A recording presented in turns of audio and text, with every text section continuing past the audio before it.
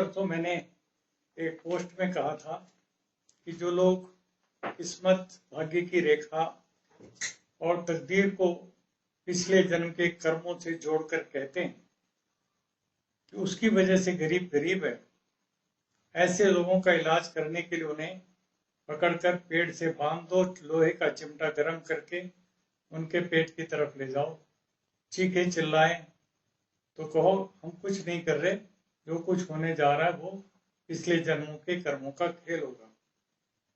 अब एक बताने का तरीका है, समझाने का तरीका है।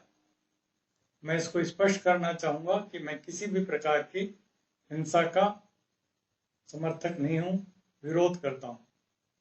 और इसका जो सार है, इसका जो विचार है, भाव है, केवल उसको आप लीजिए अपने दिमाग से, अपने दिल से। इस प्रकार के कुत्सित भाग्यवाद को निकाल करके पूछिए, न कि किसी को सचमुच पकड़ करके लोहे से दागने लगे। इस बीच में बुलंदशहर की जो घटना आई है वो भी बहुत चिंताजनक है।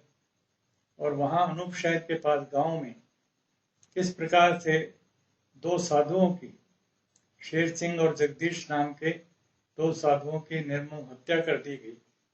योगी आदित्यनाथ जी के शासन में इस प्रकार की हत्या, और एक करने वाला आरोपी भंगेड़ी है और पुलिस उसको पकड़ने में कामयाब हो रही है। हमें बधाई देनी चाहिए पुलिस को, सख्ती से उससे निपटना चाहिए। और चिमटे को लेके झगड़ा हुआ, पता नहीं क्या क्या हुआ।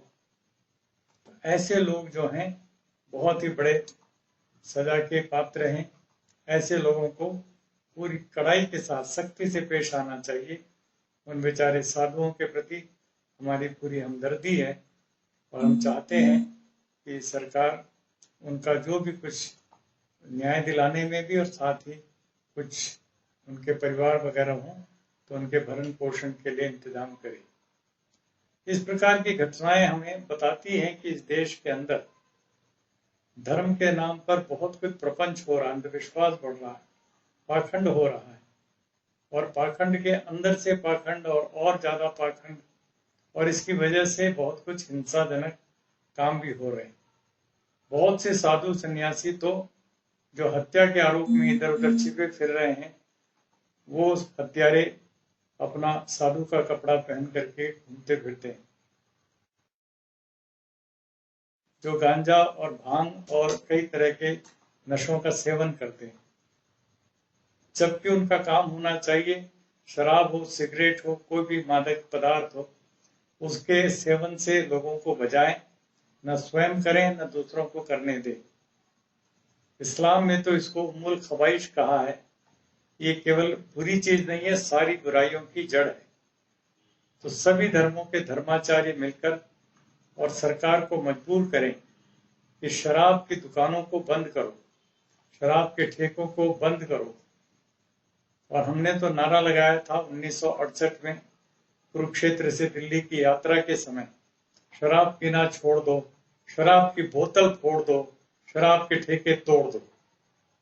हालांकि यहाँ तोड़ने से अभिप्राय हमारा कोई हिंसा नहीं था, लेकिन वहां पर भी हमने इसी तरह की विचार व्यक्त किए कि शराब को मिटाना देश में गरीबों को न्याय दिलाने के लिए सबसे ज्यादा जरूरी काम है।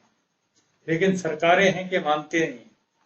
सरकारों की जिद बनी हुई है कि हमारे लिए रेवेन्यू का, आय का सबसे बड़ा स्रोत है, और उसको राजस्व बोलते हैं, राजस्व, एक्साइज ड्यूटी कहते हैं।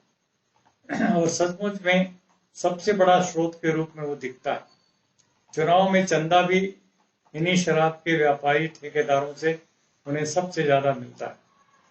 और चुनाव की आखिरी रात या एक दो रात को खूब शराब पिला पिला करके झुग्गी झोपड़ियों के वोटों की फसल काटी जाती है। तो शराब ने हमारे पूरे के पूरे प्रजातांत्रिक ढांचे को बर्बाद कर दिया है।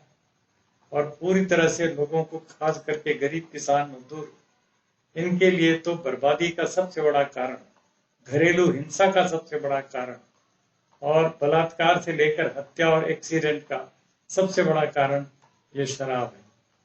लीवर की बीमारियों का सबसे बड़ा कारण शराब है।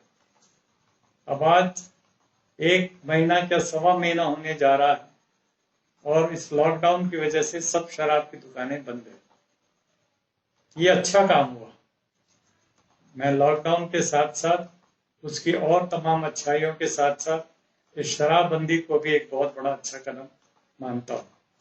इससे देश में कोई तबाही नहीं मची, जरूर इसका बहुत अच्छा परिणाम आया। किसी को इसका मूल्यांकन करना चाहिए, 1-1.5 महीने शराब न पीने से लोगों की सेहत कितनी अच्छी हुई है, कितना उनका पैसा बचा है, कितना घरेलू हिंसा कम हुई है, एक्सीडेंट और हत्या अपराध वगैरह कितने कम हुए हैं।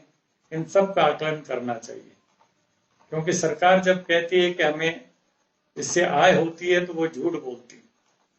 जबकि एक अध्ययन हुआ था विमहांस के द्वारा, उन्होंने बताया कि 100 रुपए की आय करने के लिए सरकार को खुद 124 रुपए खर्च करने पड़ते हैं स्वास्थ्य के और तमाम पुलिस आदि के इंतजाम के ऊपर। 124 रुपए खर्च करके 100 रुपए की आय, जो सरकार उसको आय कहती है, वो झूठी है और लोगों के स्वास्थ्य के साथ ही नहीं, देश के संविधान के साथ भी खिलवाड़ करती है।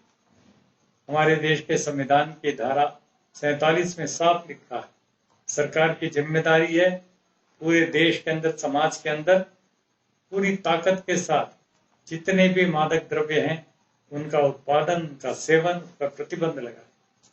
तो संविधान की कसम खाने वाले ये राजनेता ठीक उल्टा काम करते हैं और कोई इनकी जवाबदेही नहीं है।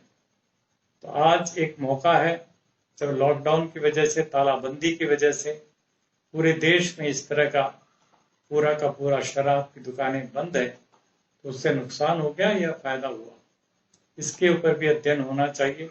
और मैं समझता हूँ कि इससे जरूर बहुत बड़ा फायदा हुआ है और इसको बनाए रखना चाहिए आगे तक के लिए। जब ये कोरोना वायरस भी खत्म हो जाए तब भी इसको चालू रखना चाहिए और राष्ट्रीय स्तर पर इसको लागू करने के लिए हमारी सरकारों को, केंद्र को, राज्य की सरकारों को आगे आने का संकल्प जुटाना चाहिए। धन्यवाद आप सब।